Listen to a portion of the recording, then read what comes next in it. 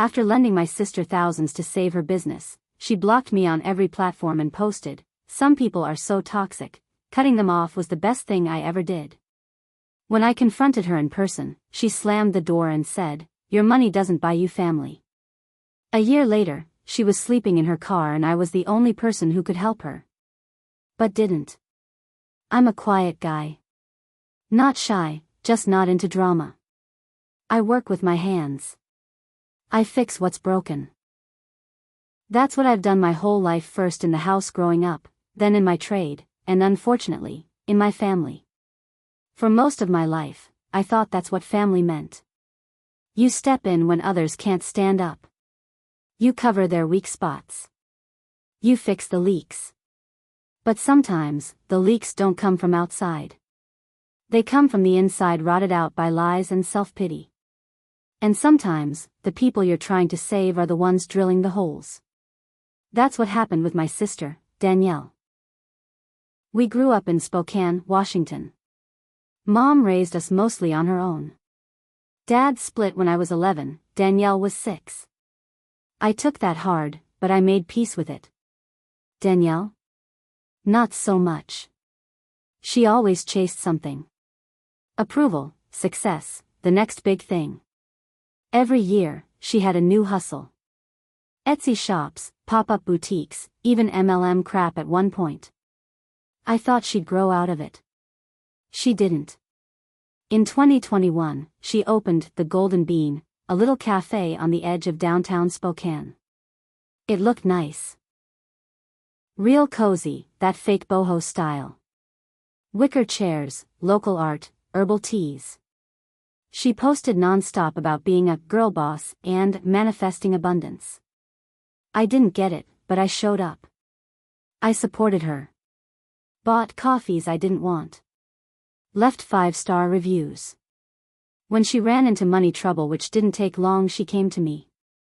First time, it was a tearful phone call. Rent was due, she was short $4,000. I transferred it to her that night. She called me a hero. Said I was the only one who ever believed in her. A month later, it was $3,500 for a coffee roaster that broke. Emergency, she said. I wired it again. She promised she'd pay me back once the Christmas rush hits. Then came $6,000 for payroll. Then $5,000 for inventory. Every time it was urgent. Every time, she swore it was the last. And every time, I helped her. Because I'm her brother. Because I thought we were in this together.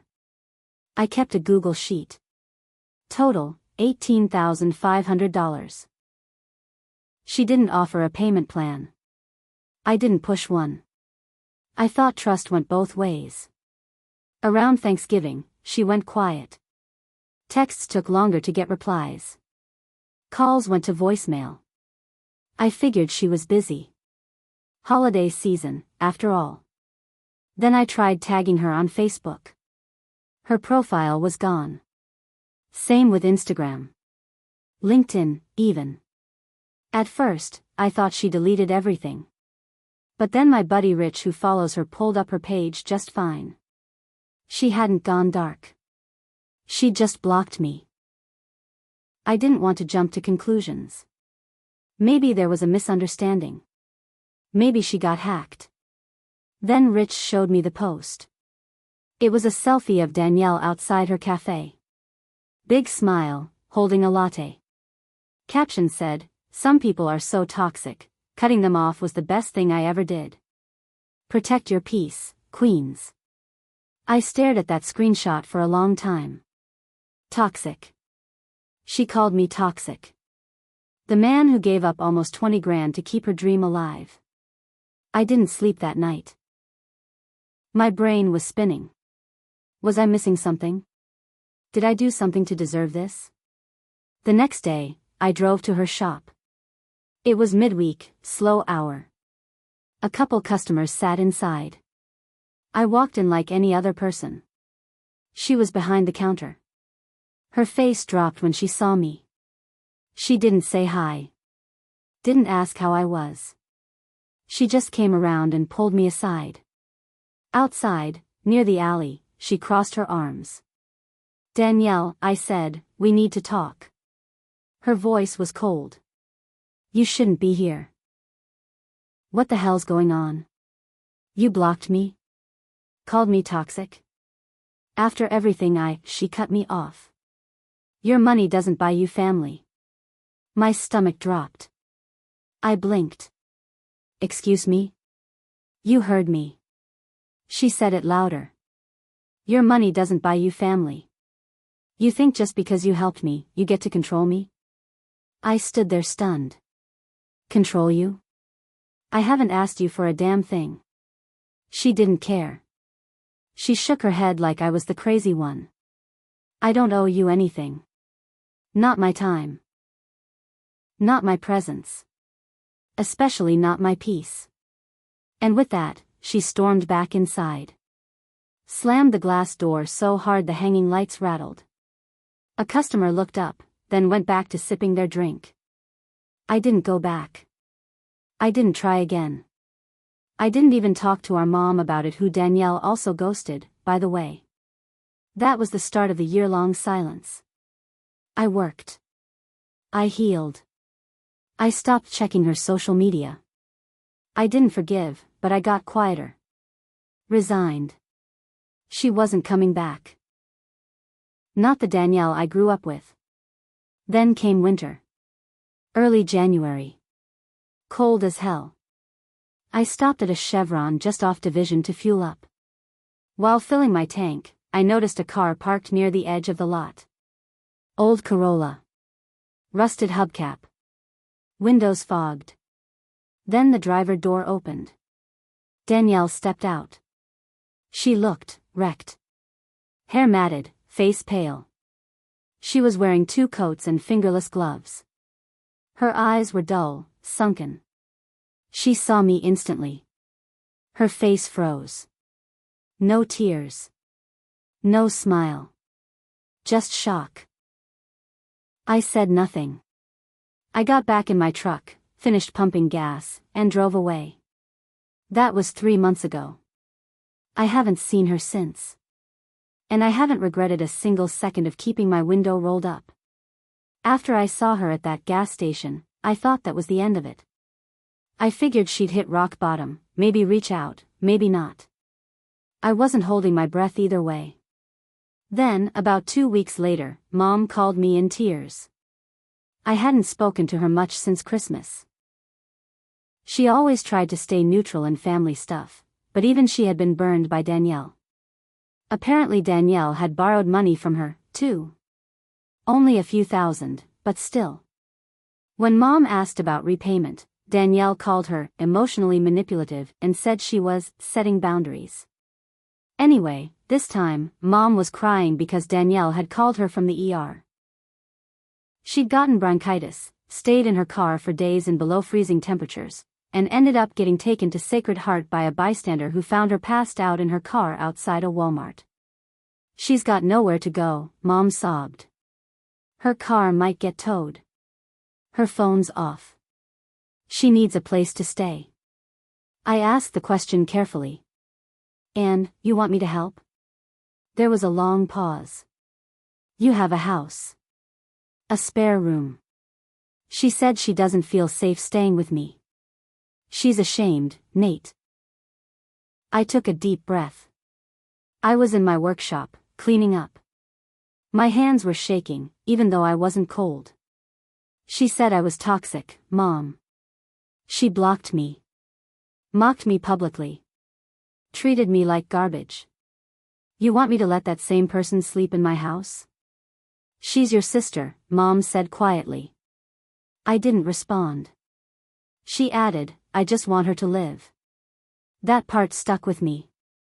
Not because I felt guilty, but because it told me just how bad Danielle's situation had gotten. Still, I didn't budge. I told Mom, she said my money doesn't buy family. So it damn sure isn't gonna buy her a place to crash. That was the first time Mom hung up on me. 3 days later, I got a visitor. I was in the garage when I heard the knock. It wasn't hard or loud, more like a soft tap. When I opened the door, I saw her. Danielle. She looked like hell. Lips cracked. Cheeks gaunt. She was wearing the same coat I saw her in at the gas station. She had a backpack over one shoulder and a plastic bag with a half-eaten sandwich in it. She didn't speak for a second. Then she said, "I don't have anywhere else to go." I stared at her. "Don't come in," I said flatly. She didn't argue. She nodded slowly, eyes to the ground. I'm not asking for anything. Just a shower. I haven't showered in a week. I'll leave after." The part of me that was raised to never let a stray animal freeze outside wanted to say yes. But the part of me that remembered the post she made, the way she spat on every ounce of trust one gave her, that part was louder. I shook my head. "I don't think you're ready to talk to me like a human being yet." She blinked. "I am." "No, you're not," I said. "You're desperate." "That's different." That hit her. She stepped back like I'd slapped her. I could see tears welling up in her eyes. "You said I was toxic," I continued. "You said I used money to control people. You cut me out like I was nothing. And now you want a shower?" She didn't reply. Then she muttered, "I made a mistake." "Which one? Taking the money? Blocking me? Calling me toxic to your followers like I was a disease?" I panicked. She burst. "I felt like a failure. You kept saving me, and I hated it because it made me feel small. I didn't know how to fix it, so I pushed you away. I was angry, not at you, at myself." For a second, I wanted to believe her. But I remembered that post. That smug look on her face. The pride. The likes and comments from her friends praising her strength. "You didn't push me away," I said. "You burned the bridge and pissed on the ashes." I shut the door. Hard. I didn't slam it, but I shut it firmly. Purposefully. Through the window, I watched her stand there for a minute. Then she walked back to the sidewalk, climbed into a different car probably borrowed, and drove off. I haven't heard from her since. But things weren't over yet. About a month passed after she showed up at my door. I figured that was it. Final chapter. I didn't expect to see her again, didn't expect another plea, didn't expect much of anything. But then I got a letter. Not an email. Not a voicemail. A real letter. Handwritten. Mailed to my house with no return address, just my name printed in block letters. Inside was a folded sheet of notebook paper, written in shaky pen. It was from Danielle. "Nate, I know I'm the last person you want to hear from. I messed up. I lied to people about you. I made you look bad when you did nothing but help me. You didn't deserve any of it. The truth is, I didn't block you because you were toxic. I blocked you because you made me feel guilty. Every time I saw your name, I thought about how I couldn't pay you back, how I was failing again. And I didn't want to face that. So I pretended you were the problem. Now I've got nothing. The cafe is gone. I sold everything I could. I'm not trying to get money or a place to sleep. I'm just trying to tell you I was wrong. That's all. I'm at the women's shelter on 3rd and Howard, at least for now. If you never want to talk again, I get it. But I'm sorry. Really. Danielle, I read it 3 times. Part of me was boiling. Now she wants to own up. Now, after everyone else turned their backs, after the shelter was her only option, now she finds her humility. But another part of me, the one that remembered our childhood, the one that knew she had no dad around either, felt something else. I didn't respond. I didn't drive to the shelter. But I did drive to my mom's house that weekend. And that's when the next twist came. I'm sitting in her kitchen, drinking bad instant coffee, when Mom suddenly says, she's pregnant. I nearly choked. Excuse me? Danielle. She's about 5 months along. I set the mug down slowly. With whose kid? Some guy from her cafe. A barista, I think. He left town when she lost the business. My mind started spinning. Does she even have prenatal care? She's getting help through the shelter. Barely. I was speechless. I didn't know what to feel. Pity? Rage? Confusion? All of it? She didn't tell me, Mom added. I heard from one of the shelter volunteers I know through church. Danielle didn't want anyone to know. Of course she didn't. Pride's still running the show, even in ruin. She's going to have a baby, Mom said softly. She's got nothing, Nate. That night I didn't sleep. I stared at the ceiling, thinking about that letter. That cafe. The look on her face when she stood on my porch with her life in a plastic bag. Now it wasn't just her. Now it was a baby. An innocent life. I was angry again.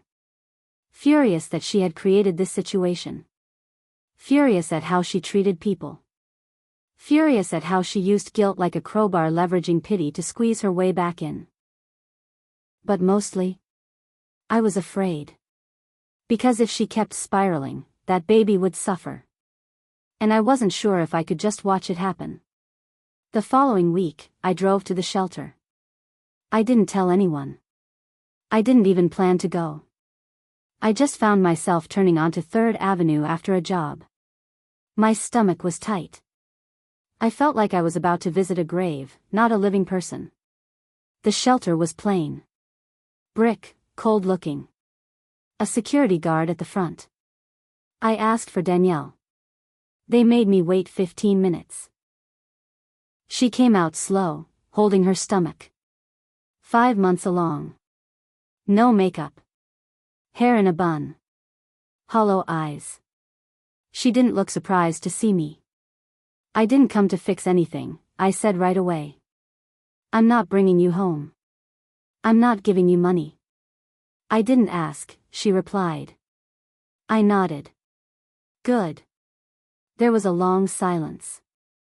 Then I said, You're having a baby. What's your plan? She gave a weak laugh. I don't have one. I waited, then asked, Why'd you really write that letter? Her mouth tightened. Because I meant what I said. I was wrong. I ruined everything. Not just the cafe.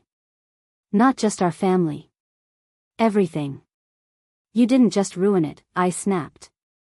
You spit in people's faces. You humiliated me. You used me like a damn ATM and then dragged me through the mud. She looked down. I know. You didn't block me to protect your peace. You blocked me because you didn't want to feel guilty. She nodded. That's true. I leaned against the wall. I was shaking. You want to be sorry now that everything's gone. But where was that 6 months ago? Or a year ago, when you were smug and proud, posting crap about cutting off toxic people? Her voice was soft. I wasn't just talking about you. I was angry at everything. But I used you to feel powerful. That's the most honest thing you've said in years. She closed her eyes. I'm tired, Nate. I believed her. She was worn down. No game left in her. No attitude. No filters. Just broken pieces. But I wasn't about to let her off easy. I'm not coming back into your life like nothing happened, I told her. I'm not playing dad to that baby. I'm not fixing this. Not again. She nodded. I didn't expect you to. But I'll help you in one way. Her eyes lifted. I'll pay for 3 months in a low-income apartment. No more. After that, you're on your own. She started to cry. You're not staying with me. You're not getting extra. You screw it up, you're out. And if you ever block me again, or lie, or use me, you're done for good. And don't think I won't walk away from a baby. I will. That child deserves better than lies. She whispered, I understand. You'll go to parenting classes. You'll get a job. Or I'm out. Okay, she said, voice cracking. And just like that, I gave her one last rope. 3 months passed. She got the apartment. Bare bones, but better than the shelter. I stopped by once a week. Dropped off groceries. Took her to doctor appointments. She never asked for more. Never acted entitled. She got a part-time job at a laundromat. Then came the birth. A little girl. Maya. I held her once. Just once. She was small, wrapped in a pink blanket. Quiet. Didn't cry. Danielle didn't ask me to stay. She didn't post a single picture online. She didn't tag me. She didn't tell a soul about the help I gave. And that's how I knew she was changing. It took losing everything. It took shame. It took living out of a car, pregnant and alone. But she finally learned. And me? I learned that forgiveness doesn't mean forgetting. And it sure as hell doesn't mean opening the same door twice. She's still on her own. Still struggling. But this time, she knows where the lines are. And she knows I'll walk away and never look back. Because family doesn't mean you get a free pass. Sometimes, the only way to teach someone respect is by making them feel the cold they tried to bury you in.